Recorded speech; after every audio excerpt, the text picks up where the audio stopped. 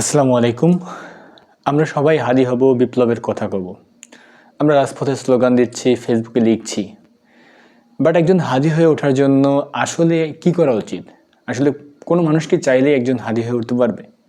একজন হাদি হয়ে ওঠার জন্য আসলে কোন কোন বিষয়গুলো আমাদের মধ্যে নিয়ে আসতে হবে, বা আপনার আমার মধ্যে সেই বিষয়গুলো থাকলে আমরা একজন হাদি হয়ে উঠতে পারবো? আমরা সবাই জানি হাদি শুধুমাত্র একজন মানুষ হিসেবে আমরা কাউন্ট করলে হাদিকে আমরা যে লার্জ স্কেলে চিন্তা করতে পারবো না। হাদিকে চিন্তা করতে হবে একটা আদর্শ হিসেবে। অর্থাৎ আমরা যদি সবাই একজন হাদি হয়ে উঠতে চাই, অবশ্যই আমাদেরকে এমন এমন বিষয় ধারণ করতে হবে, নিজের মধ্যে আয়ত্ত করতে হবে যে বিষয়গুলো হাদির মধ্যে ছিল। অর্থাৎ আমরা যদি একজন মানুষ হাদি হয়ে উঠতে চাই, তাহলে আমাদের অন্যতম কয়েকটি গুণ আমাদের মধ্যে থাকতে হবে। আর তা হচ্ছে সেই সকল গুণ যে সকল গুণ হাদির মধ্যে ছিল। তার মধ্যে উল্লেখযোগ্য হচ্ছে আধিপত্যবাদের বিরুদ্ধে আজীবন সংগ্রাম করে যাওয়া। আমি জানি হাদি ছিলেন ভারতীয় আধিপত্য এবং পশ্চিমা কালচারের বিরুদ্ধে যে আধিপত্যবাদ বাংলাদেশের অঙ্গনে যে রয়েছে, সেই আধিপত্যবাদের বিরুদ্ধে হাদি ছিলেন একজন লড়াকু সৈনিক। অর্থাৎ আমরা যদি একজন হাদি হয়ে উঠতে চাই, তাহলে আমাদের জন্ম থেকে মৃত্যু পর্যন্ত আমাদের যে আধিপত্যবাদ রয়েছে, আধিপত্যবাদের বিরুদ্ধে যুদ্ধ ঘোষণা করে যেতে হবে। এবং আমরা যদি আরও লক্ষ্য করি, হাদি ছিলেন একজন প্রতিবাদী মানুষ। অর্থাৎ আপনি আমি যদি আমাদের মধ্যে সেই প্রতিবাদের যে স্পৃহা, জীবন থেকে মৃত্যু পর্যন্ত যেখানে ছোট বড় অন্যায় যাই হোক না কেন, আমরা যদি সেই প্রতিবাদ মুখর হয়ে উঠতে পারি, অর্থাৎ আমরা যদি প্রতিবাদ নিজেদের মধ্যে আজন্ম লালন করতে পারি, আমরা একজন হাদি হয়ে উঠতে পারবো।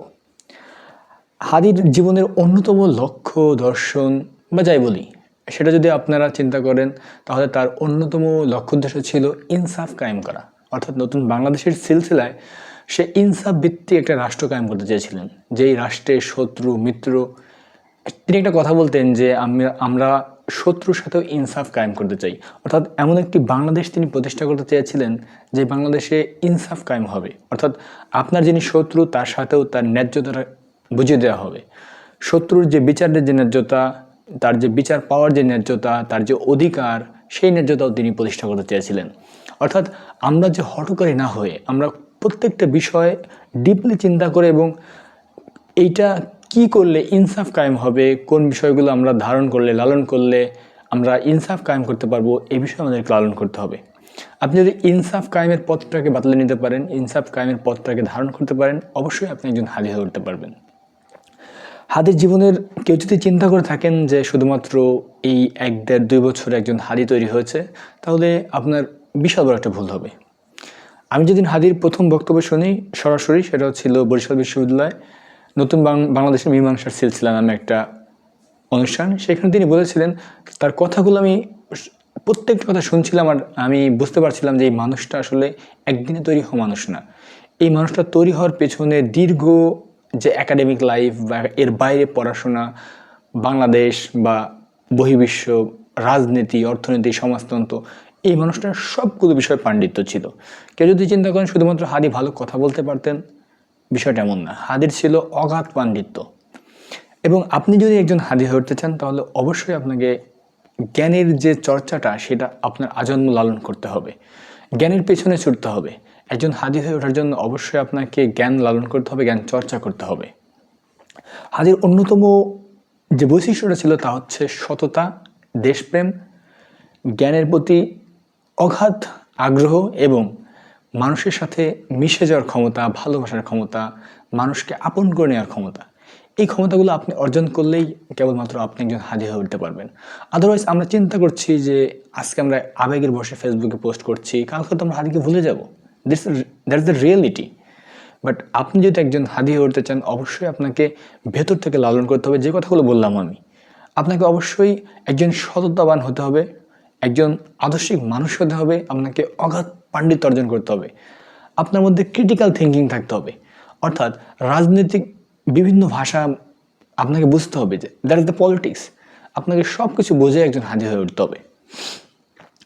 তার যে ভিন্ন মতের প্রতি যে সম্মান প্রদর্শন, তিনি কিন্তু সেটা করে গিয়েছেন। অর্থাৎ আমরা এই যে হুটহাট আমরা মপতন্ত্র বা অন্যান্য কিছু কায়েম করে বসি, কিন্তু হাদি এখানে পরমত সহিংস ছিলেন। অর্থাৎ আমাদের অন্যের মতামত শুনবো, জানবো এবং তারপর আমরা বিচার করা উচিত আমাদের। হাদির অন্যতম বৈশিষ্ট্য যদি আমরা আরও কল্পনা করি, আরও চিন্তা করি, তাহলে তিনি একটা নতুন বাংলাদেশ চেয়েছিলেন। তিনি নির্বাচনী কালচার থেকে শুরু করে প্রত্যেকটা বিষয়ে তিনি চেয়েছিলেন নতুনত্ব সৃষ্টি করার। আমি, আপনি, আমরা যদি সেই নতুনত্ব সৃষ্টি না করতে পারি, যদি ইনসাফ কায়েম না করতে পারি, যদি আধিপত্যবাদের বিরুদ্ধে বা অপশক্তির বিরুদ্ধে সর্বদা যদি আমাদের শক্তি প্রয়োগ করে যদি অন্যায়ের বিরুদ্ধে না দাঁড়াতে পারি, আমরা আসলে কেউই হাদি হয়ে উঠতে পারবো না। That is the reality. তাই সামনের যে যুদ্ধটা আসছে, আরেকটা বিষয়, হাদির অন্যতম লক্ষ্য ছিল যোগ্য মানুষ হিসেবে তৈরি করা। হাদির একটা বক্তব্য আমি লাস্ট ফেসবুক চালাচ্ছিলাম, ফেসবুকে স্ক্রল করছিলাম, তখন দেখছিলাম যে তিনি যোগ্য মানুষ তৈরি করতে চেয়েছিলেন। যার যে বিষয়ে পাণ্ডিত্য আছে সেই বিষয়ে তাকে সেরা বানাতে চেয়েছিলেন। অর্থাৎ আপনি, আমি, আমরা অগাধ সময় নষ্ট করি এদিক সেদিকে। আমাদের নিজেদের যে স্কিল আছে, যে যোগ্যতা আছে, যে দক্ষতা আছে, সেই জায়গাটাতে আমরা যদি সর্বোচ্চ ফোকাসড করি। আজ একটা বক্তব্য শুনছিলাম, তিনি বলছিল যে কেউ যদি ফটোগ্রাফি পারে তাহলে আমরা একটা কোর্স কিনে দিই, সে সর্বোচ্চ বাংলাদেশের টপ র্যাঙ্কিং ফটোগ্রাফার হোক। কেউ যদি গ্রাফিক্স ডিজাইন পারে সে সর্বোচ্চ টপ র্যাঙ্কিং গ্রাফিক ডিজাইনার হোক। এই বিষয়গুলো একজন, আপনি যদি হাদি হতে চান আপনাকে অবশ্যই স্কিল হতে হবে। আদারওয়াইজ সামনের যে যুদ্ধ আসছে, সামনের যুদ্ধ শুধুমাত্র রাজপথের যুদ্ধ না। আই রিপিট, সামনের যে যুদ্ধ আসছে, সামনের যে সংগ্রামটা আসছে, তা কেবল রাজপথে প্রতিরোধ করা সম্ভব না। হাদির অন্যতম একটা লক্ষ্য ছিল সংস্কৃতির বিরুদ্ধে সংস্কৃতি দিয়ে লড়াই করা। আমরা সংস্কৃতিকে ধ্বংসযজ্ঞের মাধ্যমে শেষ করে দিতে চাই, কিন্তু সংস্কৃতি কখনো ধ্বংসের মাধ্যমে শেষ করা যায় না। গত 17 বছরে আওয়ামী লীগ, ফ্যাসিজম বা এই অপশক্তিকে টিকিয়ে রাখার পেছনে সর্বোচ্চ শক্তি মদতদাতা ছিল সংস্কৃতি। সেই সংস্কৃতিকে সংস্কৃতি দিয়ে লড়তে হবে। আপনি, আমি সংস্কৃতি, আপনার আমার বাঙালিয়ান সংস্কৃতি বা ধর্মীয় সংস্কৃতি চর্চার মাধ্যমেই কিন্তু নতুন সংস্কৃতি গড়ে তুলতে পারবো। আদারওয়াইজ আপনি, আমি কোনো কিছুই পারবো না। যে বিষয়গুলো বললাম সেই বিষয়গুলো নিজের মধ্যে লালন করেন, ধারণ করেন, তাহলেই কেবল আমরা এক একজন সবাই মিলে হাজির হতে পারবো। ধন্যবাদ সবাইকে।